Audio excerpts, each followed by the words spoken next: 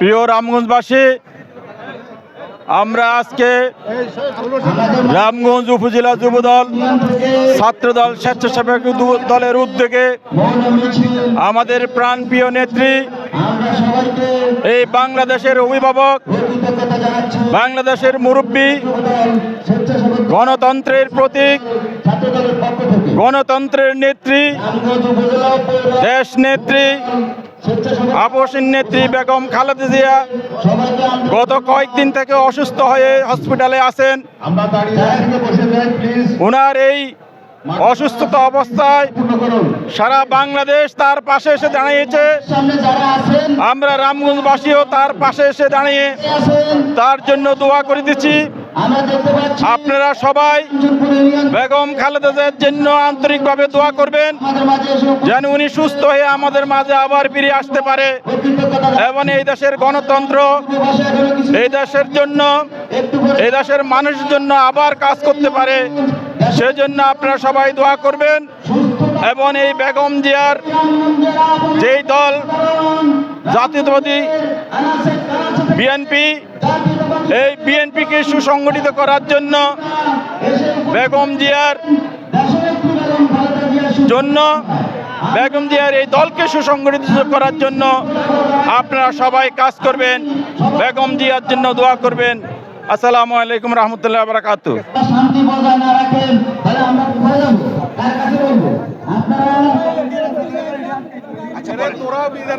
বিসমিল্লাহির রহমানির রহিম।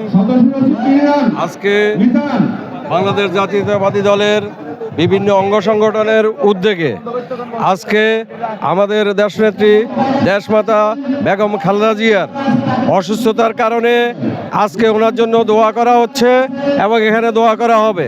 এই দোয়া রামগঞ্জের আপামর জনসাধারণের উপস্থিতি আপনারা ইতিমধ্যে লক্ষ্য করেছেন। আমরা আমাদের এখান থেকে মহান আল্লাহ পাক রাব্বুল আলামিনের কাছে এই দোয়াই করি যাতে উনি সুস্থ হয়ে আবার আমাদের মাঝে এসে ফিরে আসুক।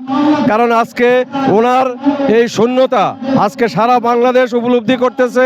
আল্লাহ ওনাকে সুস্থতা এবং নেক হায়াত দিয়ে আমাদের মাঝে আবার ফিরে, এই প্রত্যাশাই আমরা করি, এই দোয়াই করি।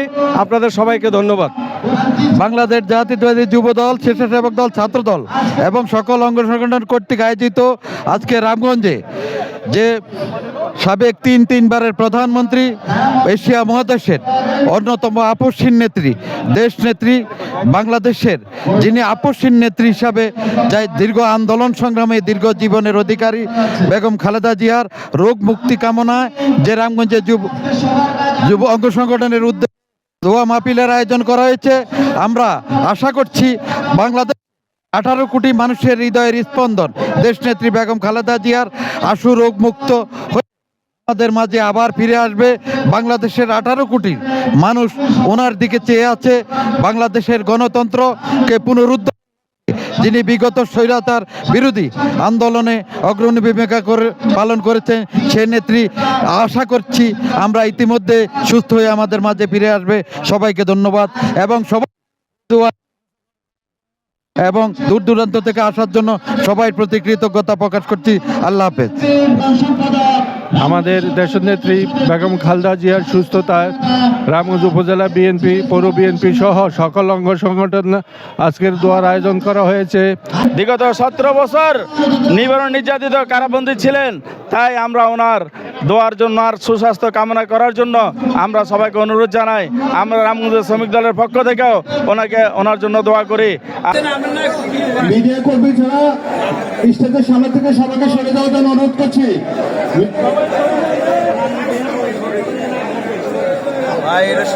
জনপ্রিয় ব্যক্তি যিনি দেশনেত্রী বেগম খালেদা জিয়ার